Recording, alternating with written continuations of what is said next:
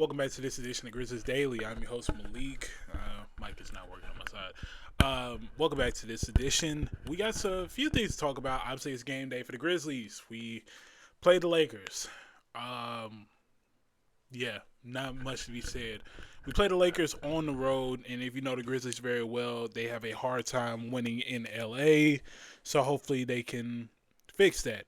Because right now, this Lakers team is very vulnerable and they do not look good. But we're gonna get into that later in the show. Real quick, just want to talk about the trade deadline once again because I feel like I don't. I feel like I didn't go into enough detail about what the Grizzlies are doing at the deadline. Now, I do want to clarify before I get into any of this. There are no reports that the Grizzlies are necessarily active at the deadline. Nothing that says they're buyers or they're going to be buying or even selling. Just we don't know exactly. But I do have some names that's been on the radar from people in case the Grizzlies do, in case the Grizzlies are buyers at the deadline. So a couple of the names that I saw that really just kind of makes sense to me. John Collins is one of them from the Clippers. Obviously, He's a chance at front court help. He's a guy that had some type of conversation in the offseason regarding the Grizzlies. Not a whole lot, but a little bit. I don't know necessarily how this deal gets done, but in case it does get done, in the case if it were to get done, I like the idea of Collins potentially coming off the bench. Obviously, I think at this point, if Collins were to get traded like today, he'd be starting because of the injuries. But I'd like the idea of John Collins coming off the bench and kind of replacing Brandon Clark in that aspect. I think he can essentially do what Brandon Clark does. Now, I will say BC does give you a little more energy, but John Collins is a guy in the right system. He's a perennial all-star, for being honest, and I've seen that because it was kind of like that in Atlanta with him. So it's definitely possible, and he's a name that I kind of like if the Grizzlies were to go in a buying route. Other names that I've seen, Tyler Hero, obviously in the Morant deal, but I've actually seen a few where Morant isn't involved, and the Grizzlies kind of go in the direction where they give away a piece, a good developing piece. Obviously, I think if the Grizzlies were to go after a Tyler Hero, I think you get that deal done. You possibly have to give up Gigi Jackson because I just don't see a world where he would really want anybody else. So I'd say a world where it's probably like Gigi and a pick for Tyler Hero. And Tyler Hero's a guy that could benefit this team being another scoring option. It gives a chance for Ja and Jaren to kind of feel like the load isn't all on them. So I wouldn't be too against that. Another name that I see is Andrew Wiggins. A little on the older side, but he is a much better veteran. I think he's the guy that would have been better probably at the start of the season instead of a KCP. But yeah, that's just a name that I've also seen. Another name that I've seen as well is Sam Hauser. Gotta be honest, there's not much I can give you on both of those. Just names that I've been seeing from reports and people in the media. If you have any thoughts about any of those players that I named, leave them in the comments below. The only names that really just intrigue me are John Collins and Tyler Hero, but even then, like I said, the Grizzlies are not looking to really buy. Nothing that says they are, so kind of just got to wait and see come the trade deadline over the course of these next few weeks. Now, something that I wanted to get into because I've been seeing this article make the rounds, and it's through Sports Illustrated, the Grizzly side of things. Um, the headline reads straight up: Twamas Iisalo should be on the firing block by the end of the month. Straight to the point. I gotta be honest. I'm gonna give my thoughts on it because basically it basically just kind of goes into the fact that the Grizzlies aren't really beating teams above 500. Late game rotations being an issue, and then just not really playing good against certain competition, things like that.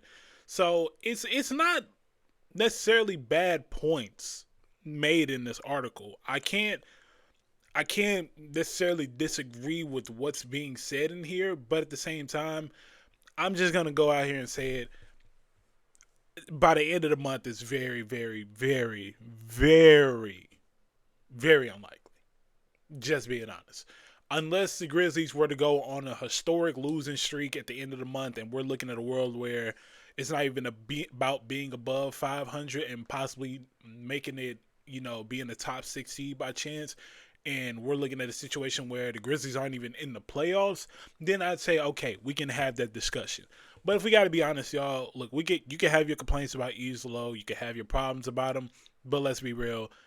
To say he should be gone by the end of the month, that's just not realistic. It's just not. Like I said, I know there's problems with Iisalo. I've had my fair share of problems with Iisalo, more so the late game rotations and the amount of minutes that certain people are playing.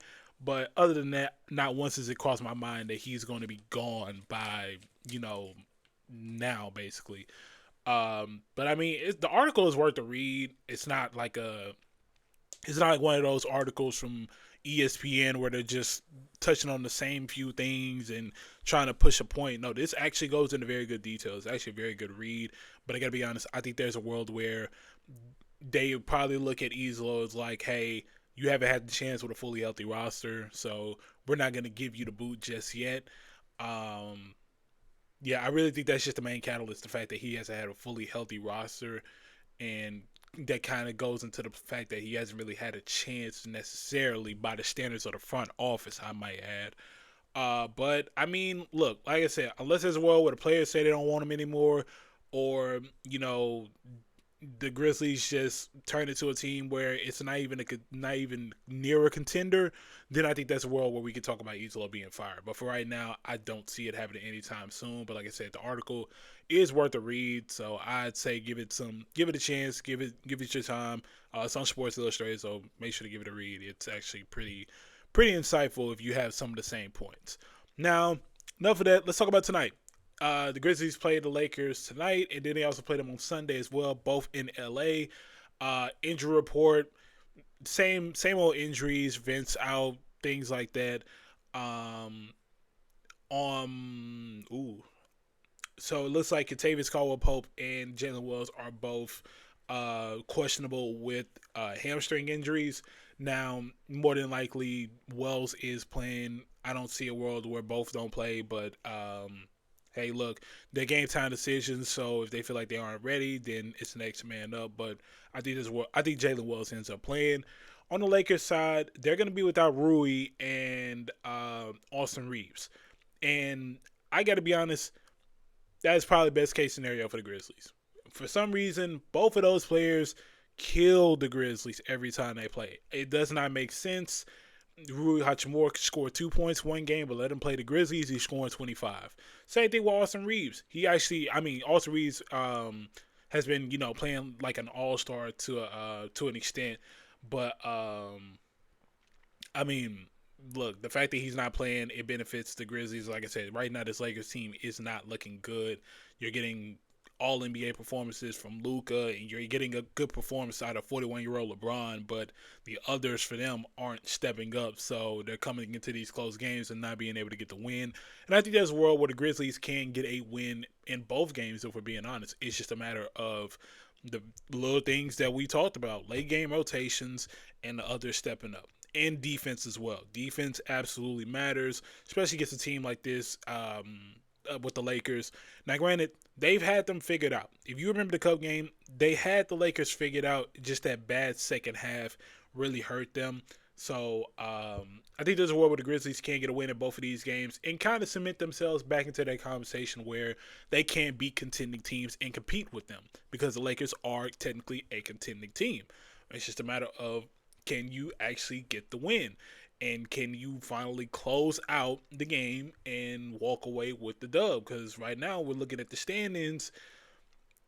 It's not like, look, it's never over. It's never over until the end of the season. Grizzlies, 9th seed, and then you got the Lakers at the 5th seed. You got a good possibility to make some noise with these wins, especially if you have a good game from John Moran and others.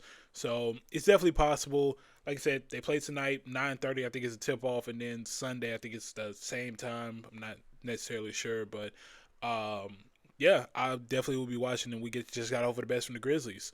But real quick, before we get out of here, do want to read some of y'all comments, because I did ask for them regarding some of the things, especially, the biggest regrets regarding the Grizzlies and people being back. So, just gonna summarize some of them because a lot of them are pretty short.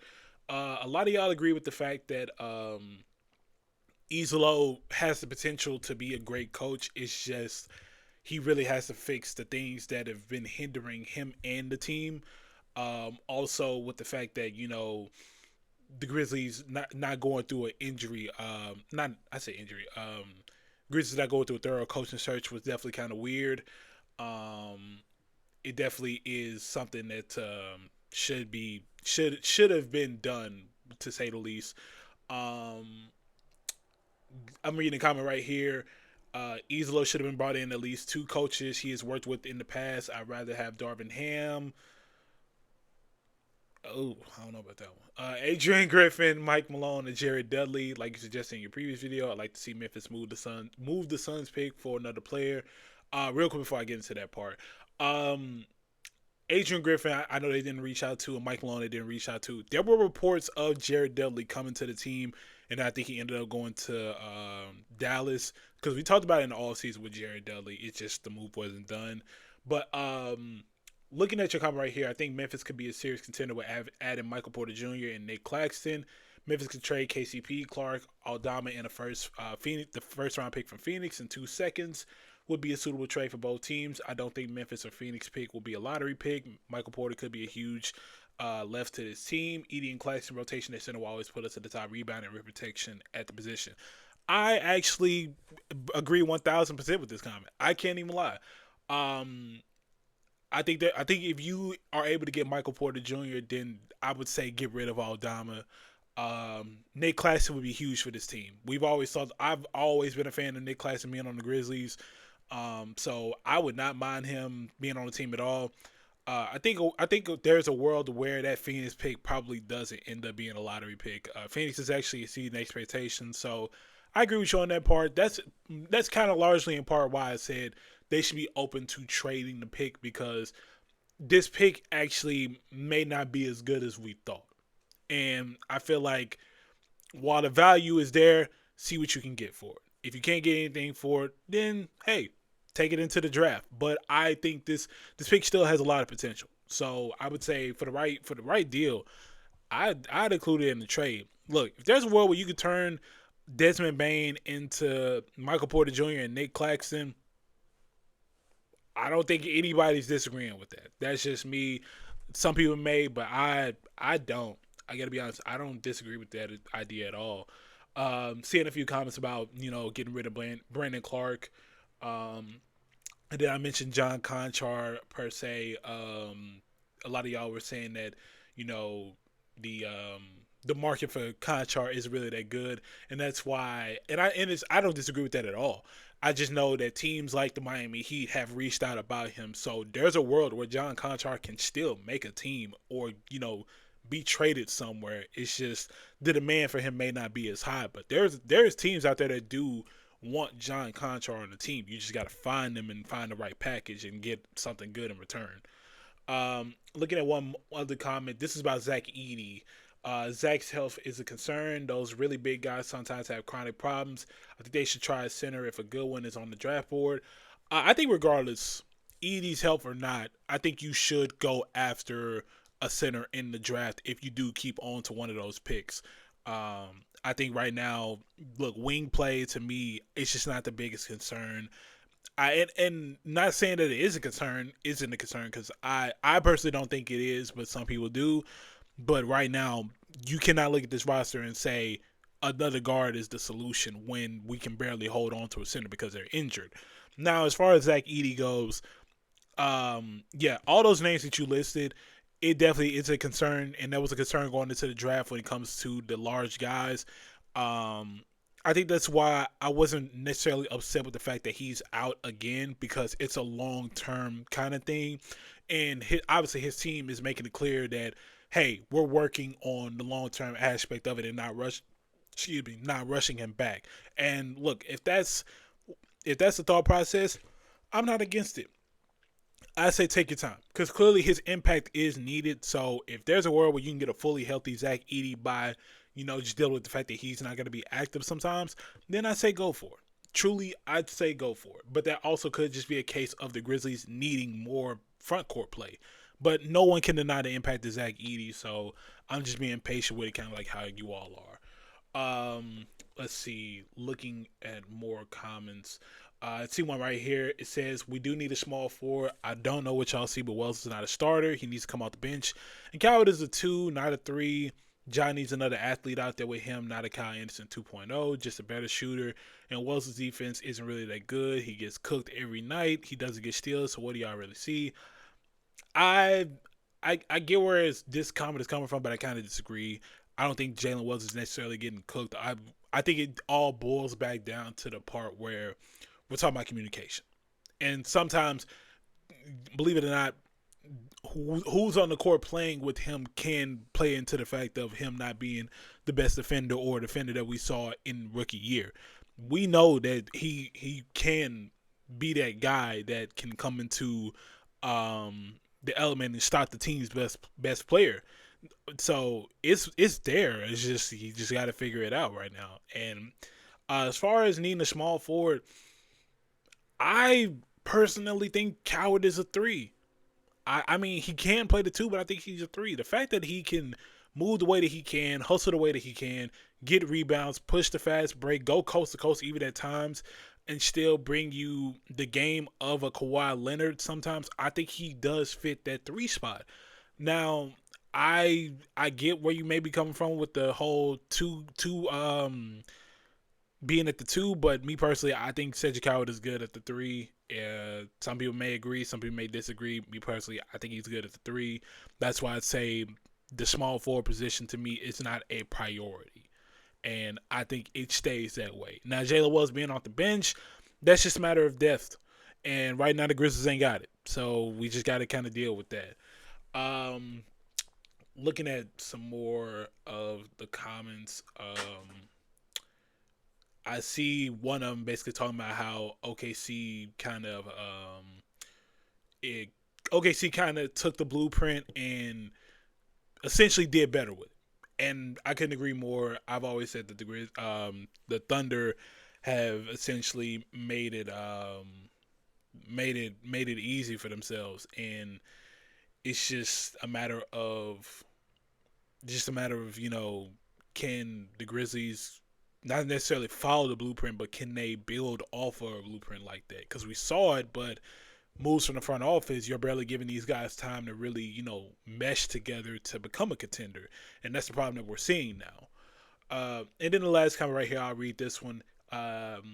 Says, I think them not doing a coaching search wasn't a good idea, only because it gives Iisalo less credibility because, in my opinion, the system will work really well. If the team was healthy, I guess they have to acclimate them to what they're expecting / hoping to achieve. I'm assuming the staff is just as scared by the injuries as the fans.